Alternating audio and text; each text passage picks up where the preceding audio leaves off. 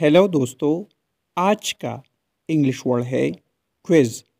Quiz का क्या मतलब है, आइए सीखते हैं आज की इस छोटी सी वीडियो में। क्विज़ को हम मामा अमर पहेली या मालूमाती आजमाइश के लिए इस्तेमाल करते हैं। आइए इस वर्ड को सेंटेंसेस में इस्तेमाल करते हैं। I get fed up with television quiz shows. मैं टेलीविज़न के क्विज़ शोज से तंग आ गया हूँ।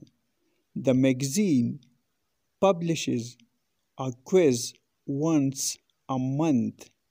मैगज़ीन महीने में एक बार क्विज़ शाया करता है।